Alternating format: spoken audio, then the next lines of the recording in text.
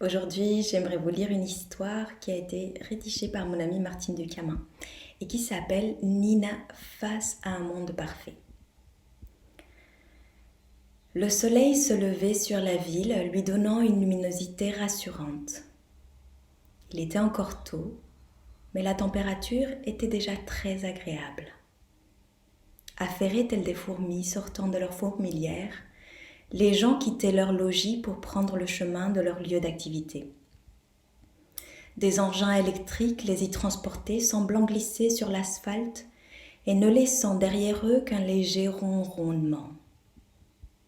De drôles de libellules gigantesques survolaient les maisons en battant leurs ailes translucides et en portant dans leurs girons des hypothétiques passagers invisibles depuis le macadam.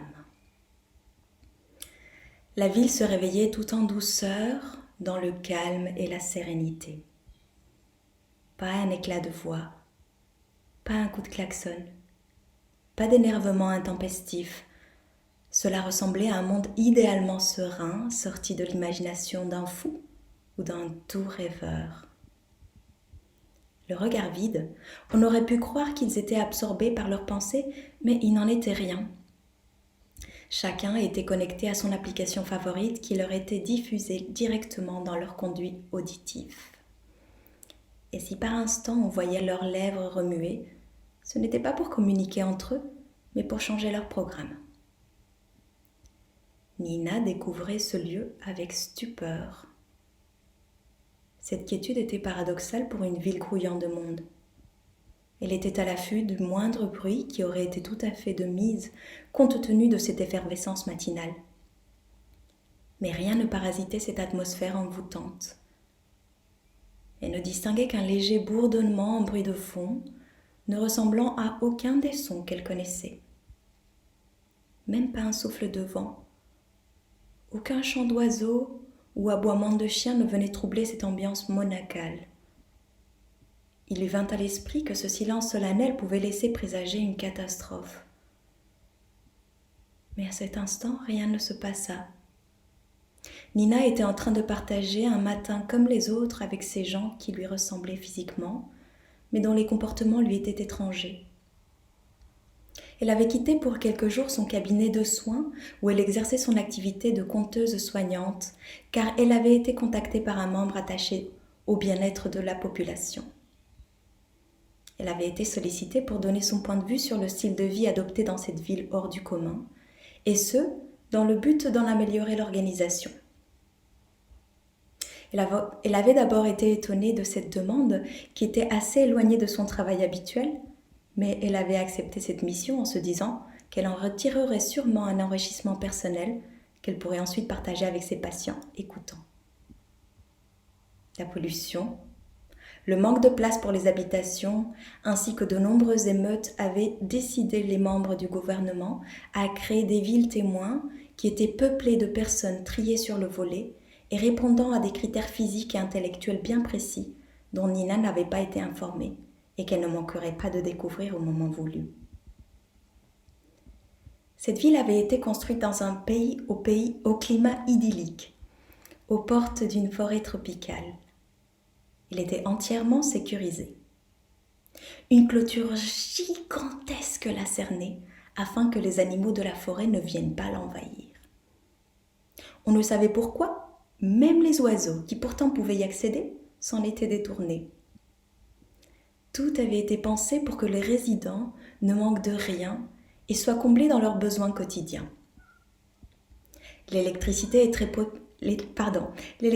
était produite par des panneaux solaires qui étaient devenus, grâce aux nouvelles technologies, pratiquement invisibles et ainsi ne gâchaient pas le paysage. L'ensoleillement était tel que la ressource était infinie. Toutefois, il y eut quelques difficultés à trouver un moyen de s'approvisionner en eau. La région étant désertique, l'eau était une denrée rare. Des chimistes avaient alors été missionnés afin de remédier à ce problème. Après des années de recherche, ils avaient élaboré un produit sec ressemblant à du sable, lequel, mélangé à quelques gouttes d'eau pure, produisait une grande quantité d'eau potable largement suffisante à la vie dans cette ville. Cependant, une réserve d'eau naturelle existait bien, mais elle était dans un lieu sécurisé qui n'était pas accessible aux kidam. On racontait qu'elle était gardée jour et nuit comme un précieux trésor. Afin d'éviter un sentiment de jalousie, toutes les maisons avaient été réalisées sur le même modèle. Seule la surface habitable pouvait varier en fonction du nombre de personnes vivant dans le foyer. Rien n'avait été laissé au hasard. Chaque maison bénéficiait d'un substitut de jardin ne nécessitant aucun arrosage, des fleurs durables y poussaient, laissant s'échapper des senteurs imitant à la perfection les parfums réels. Nina allait de surprise en surprise. Elle n'avait jamais imaginé qu'on pouvait aller aussi loin dans un souci de perfection. Elle sentit pourtant poindre en elle un sentiment de malaise qu'elle ne comprenait pas encore, mais qui montait tout doucement. Elle eut en plus la désagréable impression d'être observée comme une bête curieuse et se demanda bien quelle en était la raison. Elle réalisa alors qu'elle était la seule personne à se déplacer à pied. Tous, des plus petits aux plus grands, étaient équipés de divers engins à moteur sur lesquels ils se laissaient porter. Par ailleurs, sa tenue vestimentaire colorée détonnait au milieu de cette foule uniformisée, dans des vêtements aux couleurs ternes, ce qui lui rappela un temps où, pour elle, la vie fut triste car le soleil de son pays s'était paré d'un voile grisâtre, absorbant toutes les couleurs gaies. Nina avait été invitée à partager le quotidien d'une famille représentative de la population pour être en immersion totale et relever ainsi leurs habitudes. Elle était déjà en possession de quelques éléments qui lui seraient utiles avant de les rencontrer. Le père travaillait dans la recherche médicale et la mère était chimiste. Ils avaient 2 enfants, un garçon âgé de 12 ans et une fillette de 2 ans, sa cadette. La mère avait participé à la recherche du substitut de l'eau. La plupart des métiers étaient tournés vers la recherche, qu'elle soit médicale ou scientifique. Les diverses populations ayant pratiquement épuisé toutes les ressources de notre belle terre, l'objectif était maintenant de trouver des substituts. Tout au long de la journée, Nina déambula dans les rues à la découverte de la ville. Elle fut déçue de n'y découvrir aucun charme. Elle eut quelques difficultés à s'orienter dans ces espaces qui se ressemblaient tous, mais bien heureusement, de nombreux plans électroniques étaient disséminés de part et d'autre dans son trajet et permettaient de retrouver son chemin. La ville avait une configuration des plus simplistes. En son cœur, trônait un immeuble à plusieurs niveaux qui regroupait les diverses administrations ainsi que les écoles. Devant ces bâtiments s'étendait une grande place agrémentée d'un square autour de laquelle étaient implantés des restaurants et autres lieux de divertissement. Tout autour de cet endroit, les maisons s'enroulaient comme un escargot dans sa coquille. À la périphérie étaient regroupées d'un côté les usines, centres de recherche divers, les établissements hospitaliers et de l'autre les magasins qui n'étaient que des lieux de stockage, car les habitants ne s'y rendaient que très peu, étant donné qu'ils faisaient leurs achats en ligne grâce aux applications proposées par la ville. Le soir venu, Nina rejoignit la maison de la famille qui lui avait été attribuée. Elle se présenta sur le pas de la porte et aussitôt un avertissement musical retentit annonçant son arrivée. La porte s'ouvrit automatiquement sur une entrée ressemblant à un sas où une voix métallique l'invita à se présenter. « Bonsoir, je suis Nina. » Au seul prénom de Nina, la porte qui la séparait encore de l'intérieur de l'habitation s'ouvrit instantanément. Un petit bout de femme brune débordant d'énergie l'accueillit chaleureusement. « Bonsoir Nina, je m'appelle Edith. Ma famille et moi sommes très honorés de vous recevoir. Nous vous attendions, c'est pourquoi j'avais programmé Armand afin qu'il vous ouvre notre porte. » Devant le regard éberlué de Nina, Edith se sentit obligée de lui fournir quelques explications. « Oh, Armand est l'ordinateur qui protège notre maison et qui est responsable de l'ouverture et de la fermeture des portes et des fenêtres. » Puis, elle poursuivit interpellant son mari et ne laissant pas à Nina le temps de se remettre de sa surprise. « Chérie, pourrais-tu un instant abandonner tes appareils de musculation afin de venir saluer Nina ?» L'étonnement de Nina n'était pas seulement lié au fait d'être accueillie par un ordinateur. Un scénario très troublant était en train de se dérouler sous ses yeux alors qu'un homme trapu arborant un beau sourire surgit. « Nina, je vous présente mon mari Marcel. »« Enchantée Nina, j'espère que le séjour dans notre famille vous sera agréable. » Nina, essayant de cacher son émotion, bégaya. C'est vraiment très aimable à vous de m'accueillir dans votre maison. Je suis très heureuse de vous rencontrer. J'espère ne pas trop vous déranger. Mais non, ne vous inquiétez pas, reprit Edith. Marion, Guillaume, venez dire bonjour à Nina. Nina n'en croyait pas à ses yeux et se demanda par quel miracle ou quelles expériences génétiques elle pouvait ainsi se trouver face au clone de 2 personnages illustres ayant vécu au XXe siècle. Mais elle n'était pas au bout de ses surprises. Elle se crut un instant transportée dans un monde virtuel, mais elle ne laissa rien paraître lorsque les enfants apparurent, apparemment contrariés d'avoir été dérangés dans leurs activités ludiques. Nina va partager notre quotidien pendant quelques jours. Elle fait une étude sur les habitants de notre ville et nous avons eu la chance d'avoir été sélectionnés pour l'accueillir chez nous, leur expliqua Edith.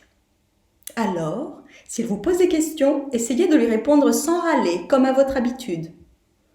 Ouais, répondirent en chœur les 2 mouflés et repartirent aussitôt à leurs occupations. Excusez-les, reprit Edith, vous savez ce que c'est ? Oh, les enfants n'en font qu'à leur tête.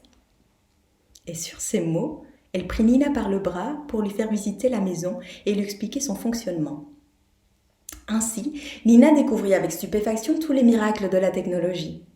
De la cuisine en passant par la salle à manger, les chambres à coucher et les salles de bain, pas une pièce n'avait échappé à la connectivité. Même les WC pouvaient détecter la moindre infection qui était aussitôt transmise au laboratoire. Elle prit ensuite possession de la chambre qui lui était allouée. Elle était un peu effrayée par cet envahissement invisible présent dans chaque recoin de l'habitation. Bien qu'Edith lui ait confirmé que la caméra de surveillance de sa chambre était déconnectée, elle ne se sentait pas du tout à son aise. Un peu sonnée par les événements de la journée, elle se coucha et ne mit pas longtemps à trouver le sommeil. Dès le matin, au réveil de la maisonnée, les volets s'ouvraient automatiquement et le café était déjà prêt. Le lit évidemment connecté intégrait un réveil. Les jours de congé, ils ne se déclenchaient qu'à la fin du cycle naturel de sommeil, ce qui optimisait la forme physique.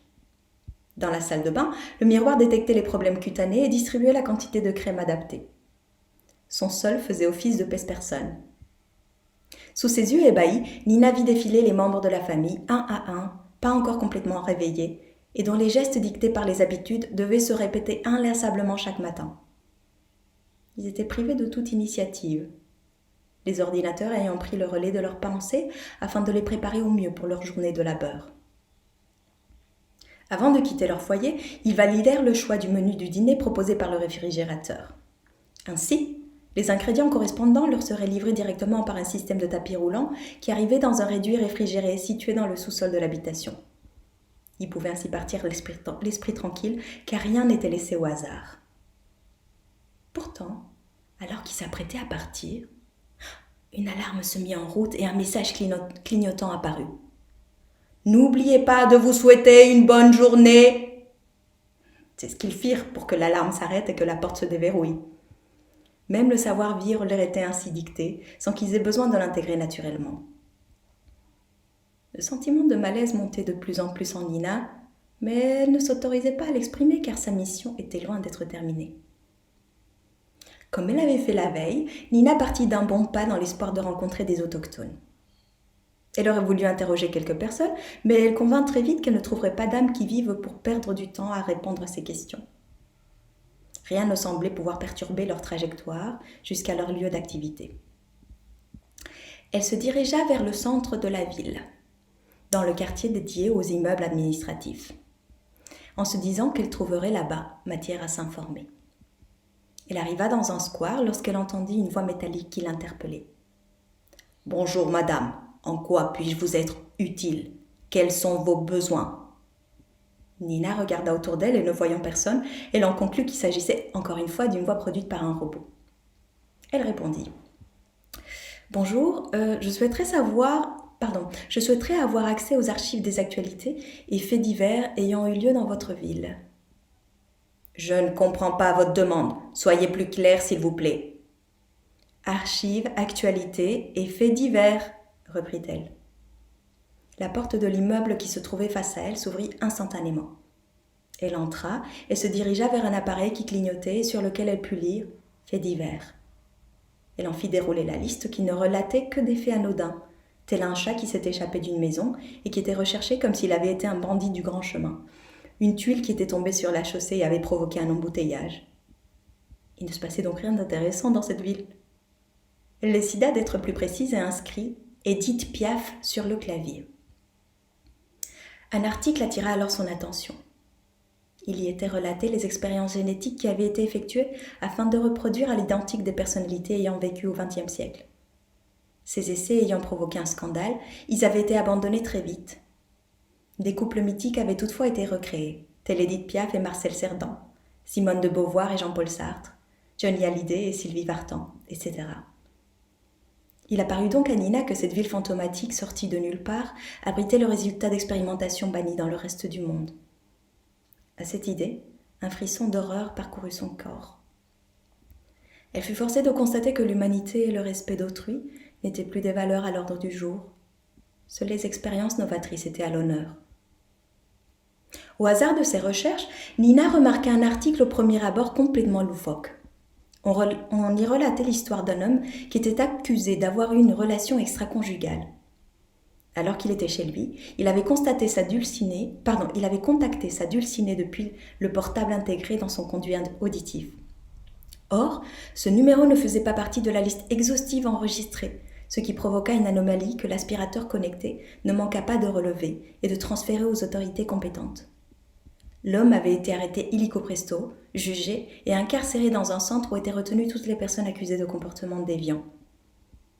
Dans ces établissements, les détenus étaient pour la plupart accusés d'adultère, d'homosexualité ou tout simplement de désobéissance et de refus à se conformer aux lois en vigueur. Un traitement médicamenteux spécifique selon chaque cas leur était administré. Le retour dans leur foyer se faisait à la condition de demander pardon à la famille et à la communauté en jurant de ne plus recommencer. Certaines personnes récalcitrantes avaient refusé ce traitement en arguant du fait que c'était une entrave à leur liberté d'existence. Elles avaient été aussitôt refoulées du territoire afin que leurs idées ne viennent pas contaminer cette société bien pensante. Absorbée par la lecture des divers articles, Nina ne vit pas le temps passer et lorsque les lumières de l'immeuble se tamisèrent, elle comprit qu'il était temps de quitter les lieux. Elle prit le chemin du retour, observant toujours avec curiosité et étonnement le va-et-vient des habitants. Les uns par voie aérienne, les autres semblant glisser au-dessus du sol comme des surfeurs sur l'océan, et tout ce mouvement sans que jamais les regards ne se croisent. À force d'être hyper connectés, les gens avaient oublié l'essentiel. Ils ne communiquaient plus entre eux et laissaient les appareils le faire à leur place. Ces pensées la ramenèrent sans qu'elle s'en rende compte jusqu'au seuil de la maison de ses hôtes où elle fut accueillie par Armand, le gardien des lieux. Elle fut presque heureuse d'entendre sa voix inexpressive, même si ce n'était pas un être humain qui lui souhaitait personnellement la bienvenue. En effet, depuis le matin, elle réalisa qu'elle n'avait adressé la parole à aucun humain. Elle se réjouit de retrouver sa famille d'accueil pour pouvoir partager les événements de la journée. C'est donc avec un tonitruant « Bonsoir !»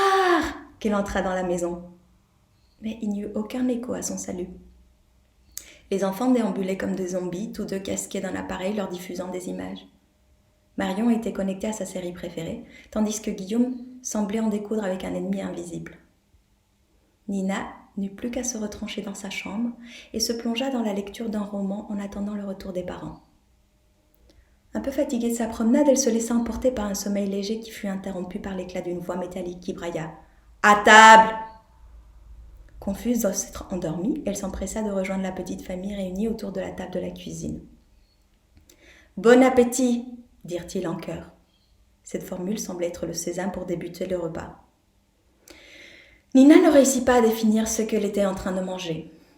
L'essentiel était que l'ensemble du repas procurait avant tout un équilibre nutritionnel, le plaisir des papilles n'étant pas intégré dans ce processus de bien-être physiologique. En 5 minutes, le dîner fut ingurgité, et alors que Nina pensait partager un moment de convivialité, chacun partit de son côté. Mais à son grand soulagement, elle vit Édith revenir vers elle. Enfin, elle allait pouvoir parler à quelqu'un. « J'espère que votre journée s'est bien passée, lui dit-elle. Je vais vous laisser regagner votre chambre et de mon côté, je vais faire ma séance de relaxation avant de me coucher. Demain est mon jour de congé et j'ai prévu de vous consacrer 1 heure de conversation dans la matinée. Est-ce que cela vous convient ?» Nina, cachant sa déception, répondit oui, bien sûr, mais je ne voudrais pas déranger. Pas du tout.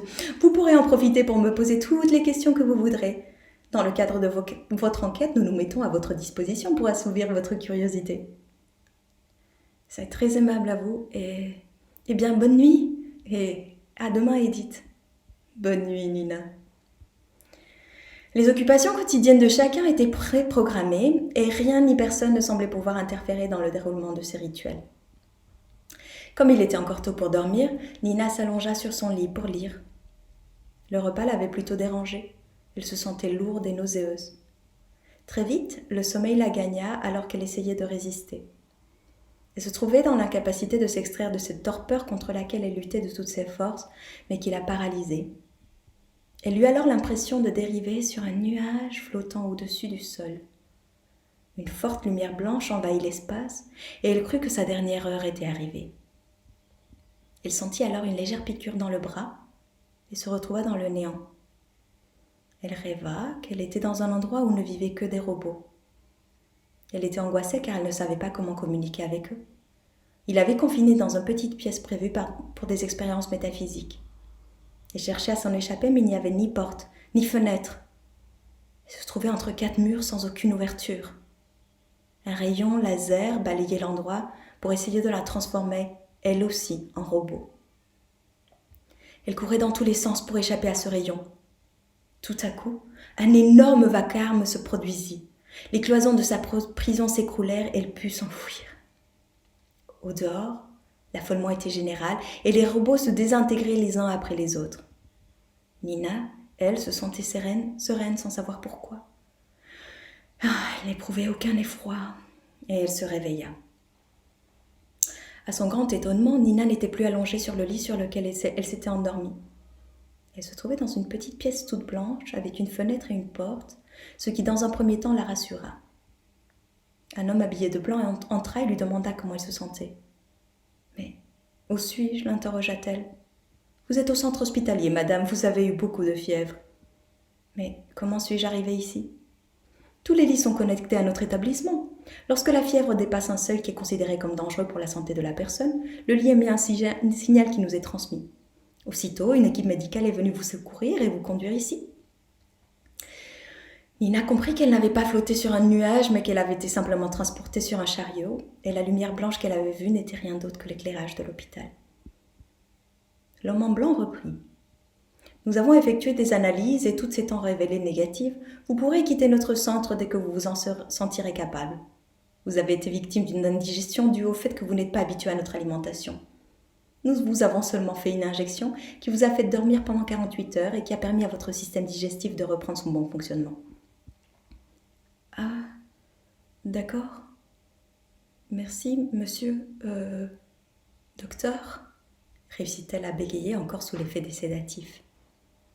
Mais alors qu'elle découvrit qu'elle était dans une chemise, sentant les produits désinfectants et qui n'était pas la sienne, elle demanda « Où sont passés mes vêtements ?»« Ne vous inquiétez pas, nous les avons fait nettoyer et notre service de désinfection ne devrait pas tarder à vous les restituer. » Juste à ce moment, on entendit frapper à la porte et apparut un robot qui ramenait les vêtements emballés, aseptisés, comme s'ils étaient un danger de contamination pour la population. Nina fut reconduite au domicile de la famille qui l'hébergeait et où Edith l'accueillit. « Je suis vraiment désolée que vous ayez ainsi mal réagi à notre nourriture. »« Vous n'y êtes pour rien, Edith, ce n'est pas grave. Maintenant que je suis rétablie, j'aimerais que vous m'accordiez un peu de temps pour que nous puissions avoir une conversation. » Une journée s'était écoulée depuis le malaise de Nina et le rendez-vous fixé par Edith était passé, mais elle se mit néanmoins à sa disposition pour répondre à ses questions. Nina ne put s'empêcher de lui demander si elle savait quel était le sosie d'une chanteuse très connue au XXe siècle. « Bien sûr, je suis au courant. Toute ma famille est le résultat d'expériences génétiques. Les scientifiques, dans le but de créer un monde parfait, ont voulu cloner les personnages ayant un talent particulier. Ils nous ont fait rencontrer Marcel et moi, et notre relation était évidente. Puis, ils nous ont d'abord attribué Guillaume et ensuite Marion, qui n'ont aucun lien de parenté. Nous les élevons comme s'ils étaient nos enfants. À l'écoute de ce récit débité sur un ton marqué par l'indifférence, le corps de Nina fut parcouru de frissons d'horreur, et elle eut peur de refaire un malaise, mais se ressaisit. Quel est votre avis sur cette expérience et comment la vivez-vous ? Nous n'avons pas à nous plaindre. Le gouvernement prend en charge tous nos besoins et nous ne travaillons que pour notre plaisir. Nous sommes fiers d'avoir été l'objet de cette expérience qui a été menée dans le but d'améliorer l'espèce humaine. Même si elle s'est révélée être un échec, car nous n'avons que l'apparence physique de ces personnalités, mais malheureusement pas leur talent. Vous n'avez donc aucune aptitude au chant ? Edith se mit à rire. Ah mais vraiment aucune ! Je chante comme une casserole, et Marcel n'est pas non plus doué pour la boxe. Dès qu'il voit une goutte de sang, il s'évanouit. Il ne ferait pas de mal à une mouche. Sa seule activité sportive est la musculation. Par la suite, ces expériences ont été interdites par le gouvernement car de nombreuses personnes s'y sont opposées pour des raisons d'éthique. Nous avons alors été transférés dans cette ville pour pouvoir vivre en toute tranquillité. Ici, la plupart des gens sont également le résultat de diverses expériences. Nous sommes tous sur le même pied d'égalité. Mais est-ce que vous êtes vraiment heureuse ? Je ne suis pas malheureuse, je ne manque de rien. Les moindres de nos désirs sont réalisés. Nous n'avons aucun problème matériel et notre rythme de vie ne nous laisse pas le temps d'être perturbés par des états d'âme. Nina était de plus en plus stupéfaite par cette absence d'émotion qui semblait caractériser les habitants de cette ville. Leur discours leur semblait être dicté et ils ne pouvaient s'en détourner sous peine d'être exclus de ce lieu qui était pour eux représentatif de la perfection. Est-ce que vous auriez une anecdote à me raconter qui pourrait m'aider à comprendre l'état d'esprit des gens qui vivent dans cette ville ? Edith réfléchit un instant. Nina vit une lueur de peur traverser son regard, ce qui excita sa curiosité et la poussa à insister.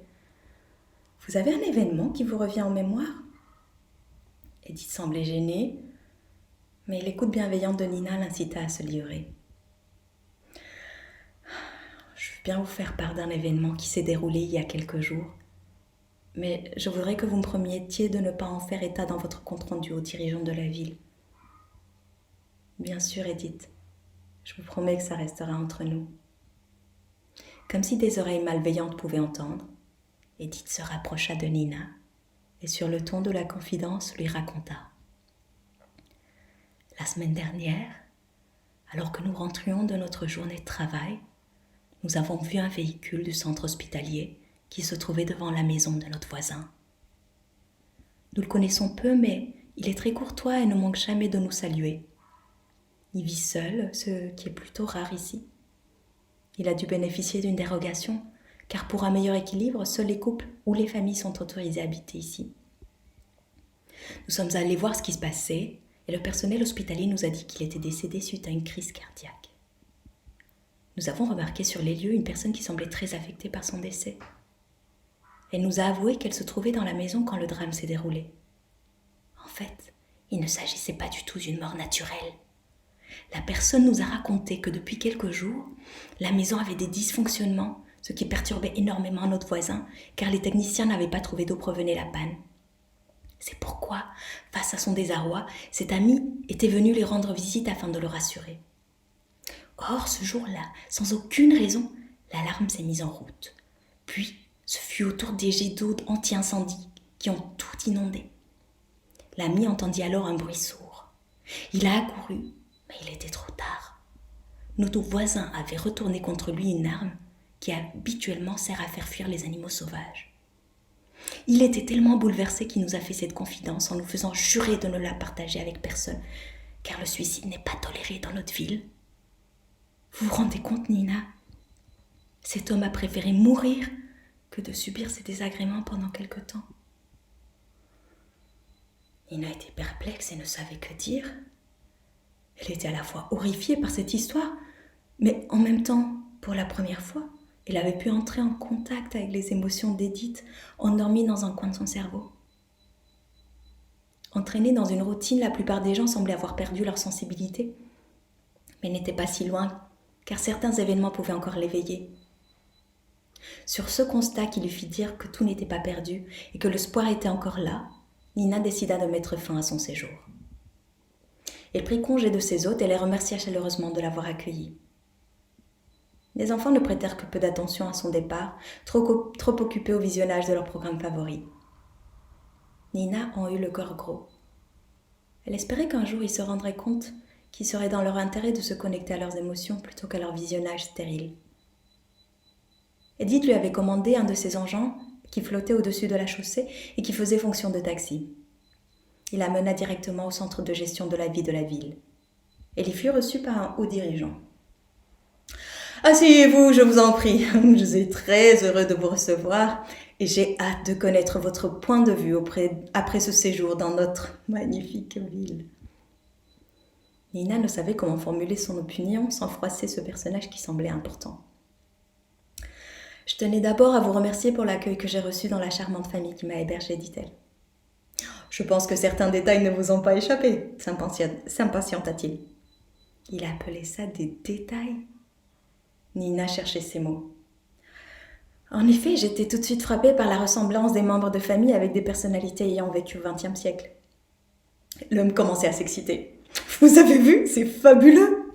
Malheureusement, l'expérience a dû être abandonnée pour soi-disant des problèmes moraux. Et également à cause du fait que ces personnes n'avaient hérité que de l'apparence physique, mais pas du don, ce qui était l'intérêt principal de ces essais. Et sans lui laisser le temps de réagir, l'homme enchaîna. Qu'avez-vous pensé de l'organisation de notre ville? Tout y est parfait, n'est-ce pas? Nina commençait à sortiller sur son siège, ne sachant que répondre, tellement elle était abasourdie par un tel manque de discernement. Heureusement, il ne lui laissa pas le temps de retorquer quoi que ce soit et partit dans un discours où il dépeignait une ville idéale, où aucun conflit n'existerait, où toutes les maladies seraient éradiquées. Il n'en finissait pas de se congratuler et ne se souciait absolument pas de l'opinion de Nina. Alors qu'il poursuivait son monologue, un énorme fracas se fit entendre. Nina se leva brusquement de sa chaise. Elle se demanda s'il s'agissait d'un tremblement de terre, car elle ressentait des vibrations dans le sol. Son rêve lui revint alors à la mémoire. Elle y avait entendu le même vacarme. Cela la rassura car elle se souvint de la sérénité qu'elle avait éprouvée malgré le bruit et le chaos qui laissaient présager un drame. « Mais que se passe-t-il » hurla l'homme.